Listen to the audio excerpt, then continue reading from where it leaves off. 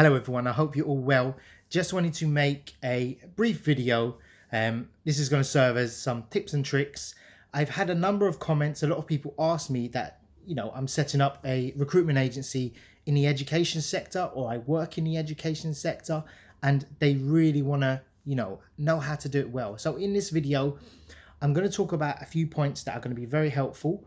It's going to tell you what type of jobs to go for, why there's certain funding for specific jobs, and why companies or schools, education sector will be more likely to use you for these particular roles. So the important thing to note is people get into the education sector and they target schools and they target teachers and they automatically assume that that's the only job there.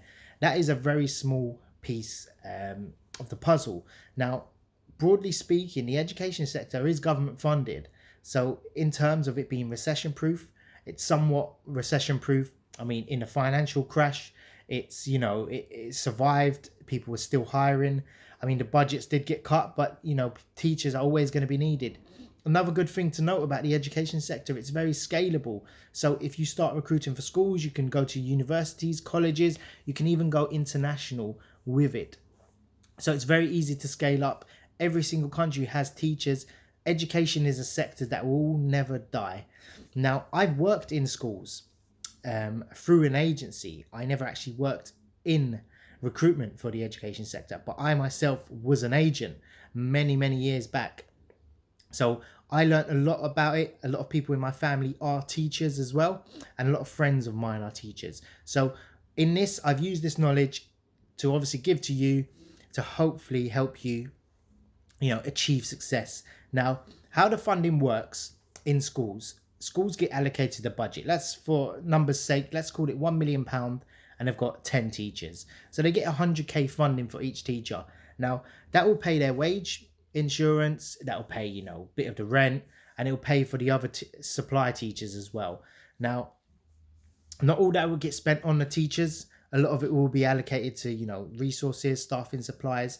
I remember reading a budget report for the school I worked at, and I think it was about £60,000 out of the 2 million or 2+ million actually got spent on resources for the children. So a lot of it is, staff reliant. A lot of the budget is spent on staffing.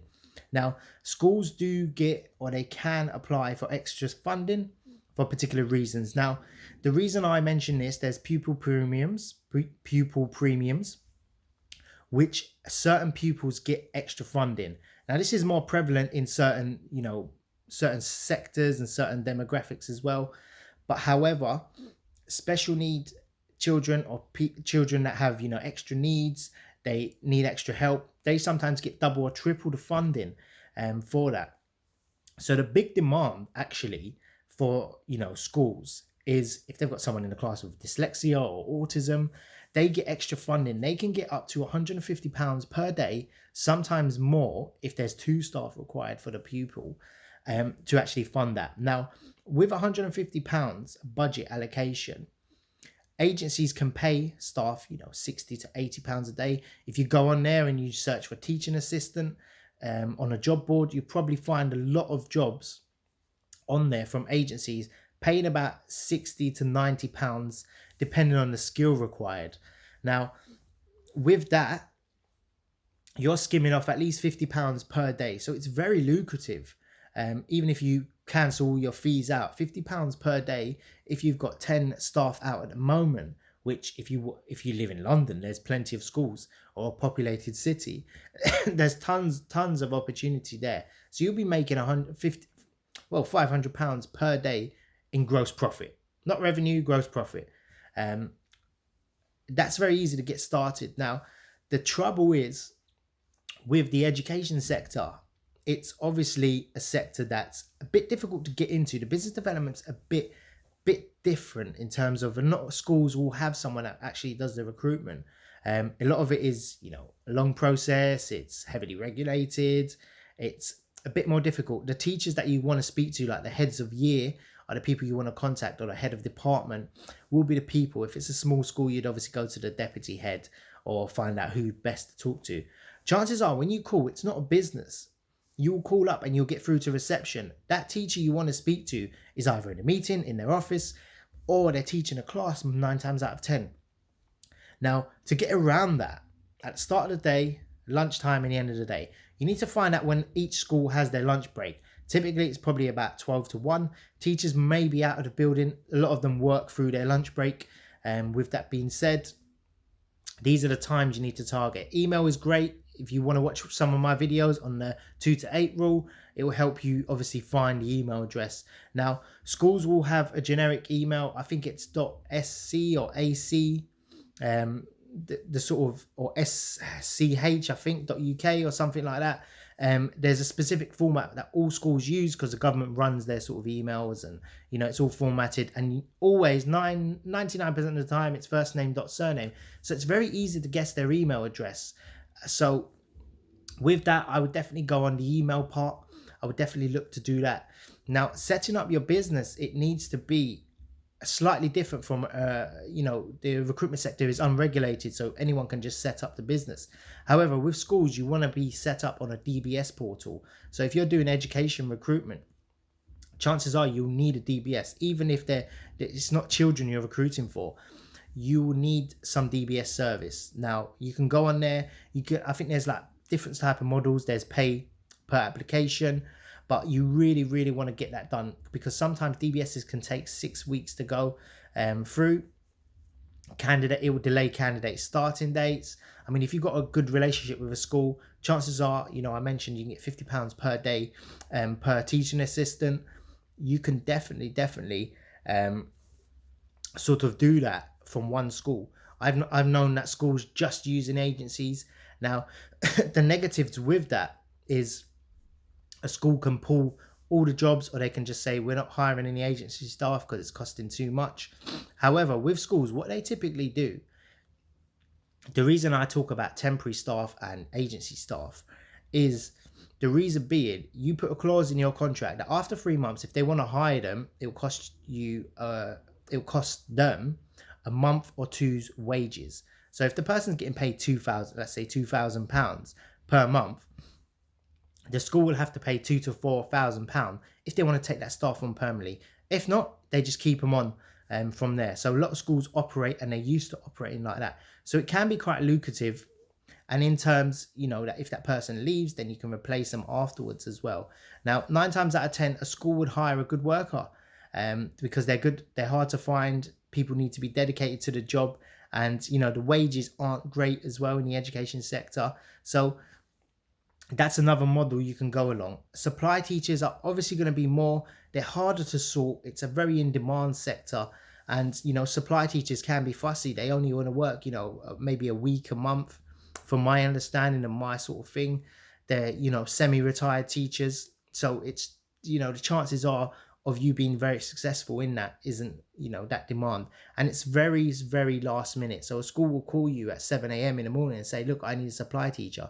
You're trying to call round to your whole, everyone or databases that you have, and you can't actually get someone in place at the moment. So these are the troubles you're going to go through. However, if a school is actively advertising for supply teachers, chances are that somebody's gone on maternity, somebody's on long-term sick. These are the type of roles you really want to target if it's, on the supply level. I would stay away until you get to a larger scale. Stay away from, I need someone today or I need someone tomorrow, because it's very hard to deliver on that. And you just look like you don't have any staff, especially when you're starting off or setting up. If you work at an agency where you have the facilities to do that, by all means target it, because you cut out a lot of independent recruiters. Now, enough of schools. I want to talk about colleges, universities. These are very sought after. Universities I would avoid, and colleges possibly. The reason I would avoid universities is because graduates find it hard to get jobs. Now, if 20,000 people or 10,000 people graduate, all they do is email blast out their first class, honours students and just say, look, there's a job advertised. We've got a vacancy actually at the university. Would you be interested? A lot of times out of 10, they're hired from graduates. So it's not necessarily the case of it being competitive. They've already got the biggest database of quality candidates out there, and they know the pupils, they know the attendance, they've got all the data, even more so than you can ever grab. So excuse me, I would definitely avoid universities. Internationally, chances are you could probably recruit internationally. However, there's a lot of different regulations out there. There's a lot more on the sort of DBS and background checks. A lot of them cost a lot more money internationally as well. So if you go to America, the cost is more. I know in Germany it's much more expensive, and the schools expect you to do it, and it's gonna cost you, upwards of £1,000 for that. So I would definitely hold off on that at the moment. Now, broadly speaking, education sector is, people just think of schools and universities. Education sector is very different. It's such a broad, massive topic. Another sector you really want to look at is apprenticeships. Now, apprenticeships, every single apprenticeship provider will 100% have a vacancy for an assessor. Now, what an assessor does is they will, go out to workplaces where there's actually an apprentice in a company, and they will assess their work. They will test them similar to a tutor on site or a mentor. So there's a huge demand of that. You need to be qualified. For example, if you want an assessor for a mechanics, you would hire, a qualified technician that's got 5 years experience. So you need to find someone like that. Sometimes 9 times out of 10, there's not really a qualification involved. So you can kind of get someone that has a qualification or in a particular sector, and you can pitch it to them. Have you ever thought about becoming an assessor? There are some exams and qualifications, so chances are that some sectors will need a qualification, but a lot of them will just want the work experience. Also, private tutoring. This is something big on the rise. I'm sure if you go to your local town centre, you will probably see in there's a little shop on the side, and it will say tutoring, learn English, or improve your kids' maths. This is another sector that is heavily reliant on recruiters. Now, this is something a lot of people miss because they target schools. You need to look at how you're going to target these companies. What are the sizes of the business? Is there a large chain that has 30 different stores across the country? Can you drop them an email? Will you get a response? These are the things you need to look at and try. It's not just schools, universities. There's a broad topic out there, and you'll eventually find where there is a skill shortage. Where in the country are the people struggling to find good teaching staff? So in a nutshell, just to sum up, look at special educational teaching assistants. That's going to be the hottest out of the three. Look for online tutoring, remote work tutoring, in-store home tutoring. These are the sort of things that you want to look at. I mean, you can set up a sort of agency model where you can kind of advertise a service, and you can actually hire the people directly and run it through your agency. This is something as well. So it's going to be a tough road. Education sector has the highest margins. A lot of it is government funded as well. So it's sort of guaranteed income. You're going to get paid. A company isn't going to go bust. But if you can make it work, then definitely make it work. So I hope that helped. Let me know if you've got any questions, and by all means, leave a comment below. Take care.